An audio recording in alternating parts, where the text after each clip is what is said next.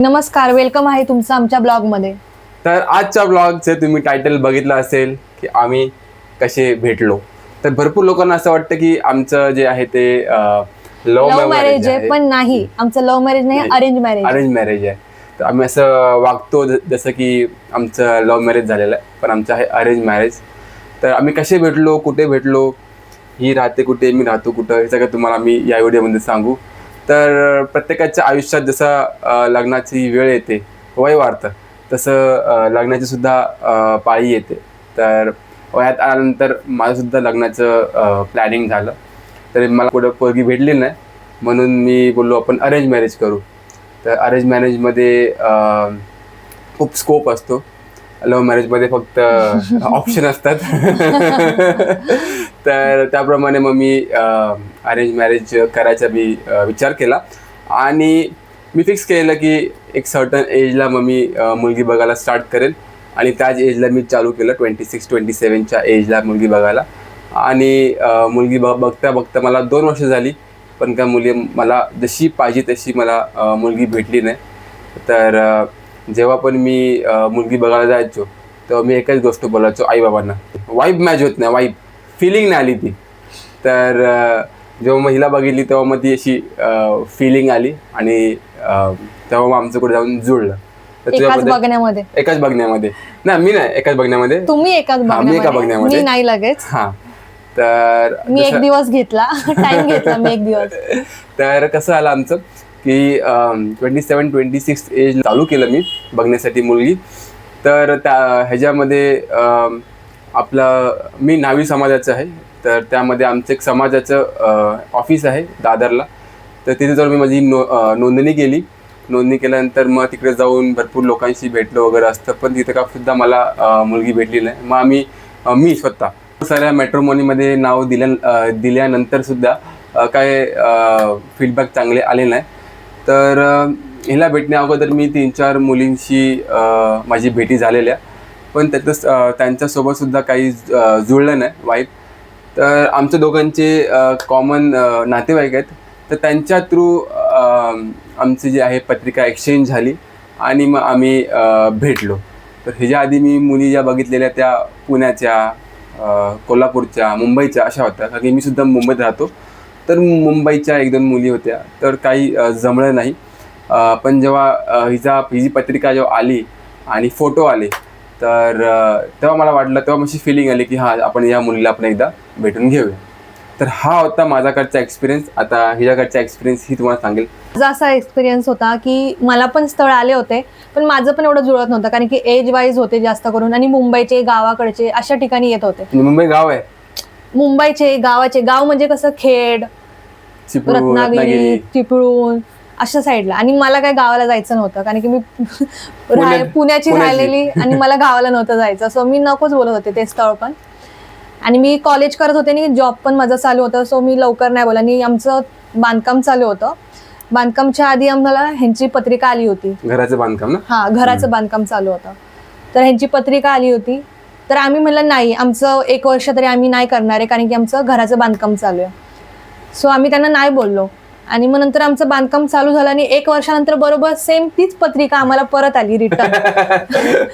म्हटलं चला बघूयात, काहीतरी देवानी जुळवलं असेल म्हणून ती रिटर्न आपल्याला आली आहे, त्यांचं स्थळ आपल्याला परत आलंय. सो आम्ही मग तेव्हा बघायला चालू केलं. मग असं एकमेकांची पत्रिका बघितली, गुण जुळले, मग नंतर ते आले बघायला आलो आम्ही. तो बघायचा पण किस्सा, बघायचा जो हे आहे कार्यक्रमाचा छोटीशी क्लिप मी ह्याच्यानंतर टाकेल मी, तो पण तुम्ही नक्की बघा. तर जसं तुम्हाला सांगितलं की आम्ही ठरवायला गेलेलो, तर आमचा सेकंड राऊंड होता.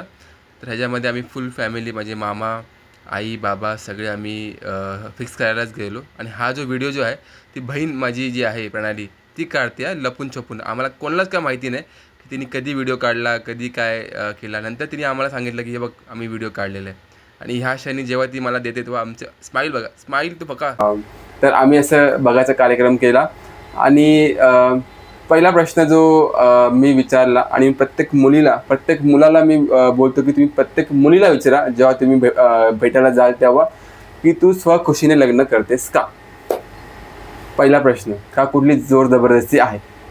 कारण की अरेंज मॅरेज मध्ये हे विचारावंच लागतं. कारण की आजकालचा जमाना तुम्हाला माहिती आहे कसा काय आहे, ते मुली हा हा हा बोलतात पण जेव्हा मंडपातून मग गायब होतात.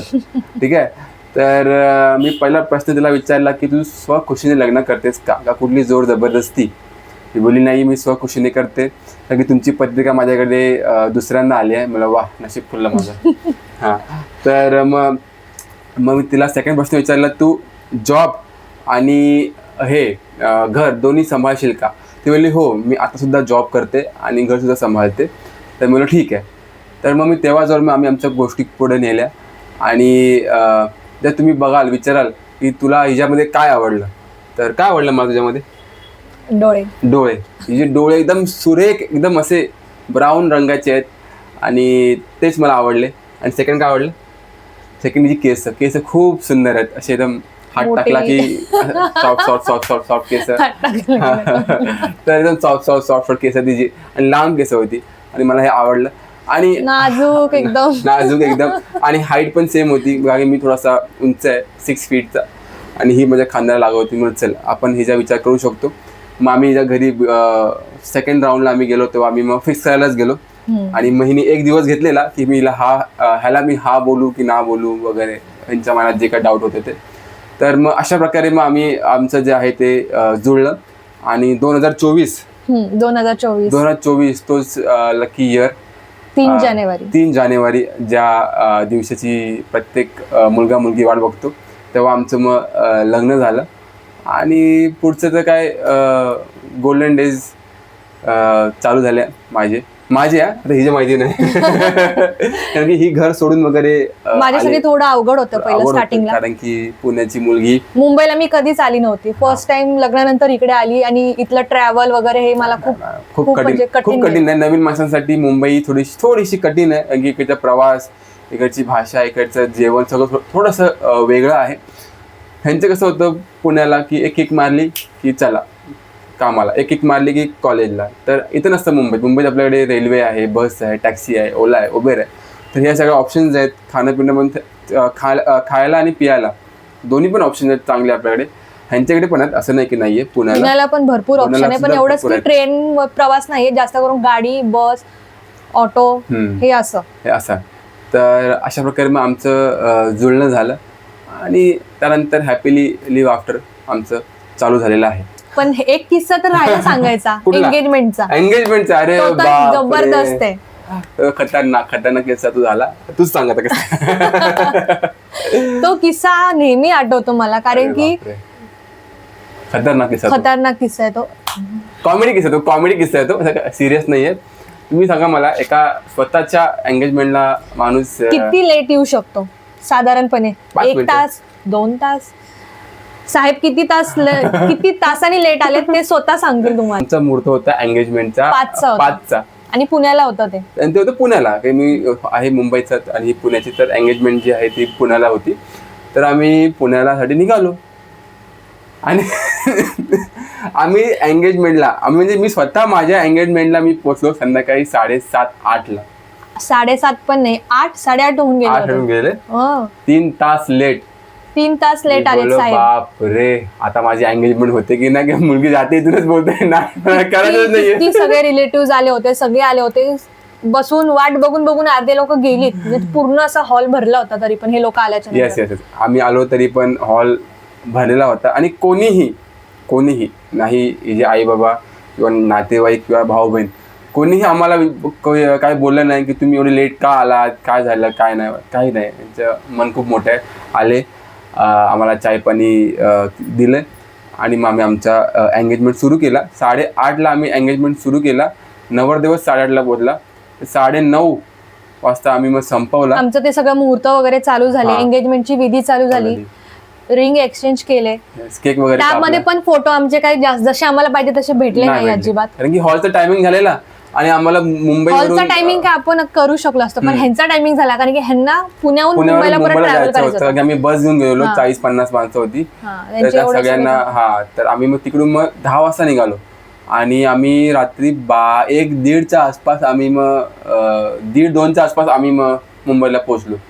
आणि खतरनाक म्हणजे 2.5-3 तास कोण स्वतःच्या एंगेजमेंटला कोण लेट होऊ शकतं 3 तास. आणि ह्यांनी बदला घेतला, तोच बदला घेतला मग ह्यांनी लग्न होतं आमचं बदलापूर. लग्न बरोबर झालं टायमावर, असं काय नाहीये. लग्न पण झालं. टायमावरच झाले आपलं. पण हे आले उशिरा. हो, यांची बसच उशिरा आली. यांची बस यायला पाहिजे 7:30-7ला, यांची बस आली 8:30-9, 9:30च्या आसपास बस आली. हा 8:45 झाले होते, कारण की आम्हाला ट्रॅफिक लागलं होतं पुण्याला. आणि मॉर्निंग टाइम म्हणल्यावर तर ट्रॅफिक लागतच, सगळे जॉबला जाणारे लोक. तर असे आमचे हे किस्से होते लग्नाचे. तर आमचं अरेंज मॅरेज झालेलं आहे आणि ही पुण्याची आहे, मी मुंबईचं आहे आणि आमचं गाव जे आहे ते कोकण आहे. तर आणि जास्त लांब नाही आहे माझं गाव आणि हिचं गाव. मी खेड, हे चिपळूण. चिपळूण तर जास्त नाही, तासाभराचाच फरक आहे. तर आम्हाला प्रत्येकाची रीतिरिवाज माहिती होते, देव कोण आहेत काय आहेत सगळे सेमच आहेत ऑलमोस्ट. ते सगळ्या आम्हाला गोष्टी माहिती होत्या आणि त्या प्रकारे आम्ही मग सगळं आमचं लग्न विधी सगळं पूर्ण केलं. आज 2026 आहे आणि देवाच्या कृपेने अजूनपर्यंत सगळं एकदम सुरळीत चालू आहे. आणि 2026ला कोणतरी येणार आहे, तुम्हाला माहितीच आहे. ते पण आपण सांगितलेलं आहे व्हिडिओमध्ये. तर आम्ही दोघांची 3 होणार आहोत. तर आय होप बाबू आमचा जो बाबू आहे तो आमच्यासारखाच असो, एकदम एनर्जेटिक, सुंदर, हँडसम. आणि आमची मला ब्लॉग जर आवडत असतील तर लाईक करा, शेअर करा आणि सबस्क्राईब करा, विसरू नका तुम्ही. आणि लाईक करा. व्हिडिओ कसा वाटला नक्की कमेंट मध्ये सांगा. व्हिडिओ कसा वाटला तर नक्की कमेंट मध्ये सांगा. आणि तुमचे कमेंट जे आहेत ते आम्हाला प्रोत्साहन देतात की आम्ही अजून व्हिडिओ बनवू, अजून कंटेंट बनवू. तर आजच्या ब्लॉगसाठी इथंच भेटूया आपण पुढच्या ब्लॉगमध्ये. बाय.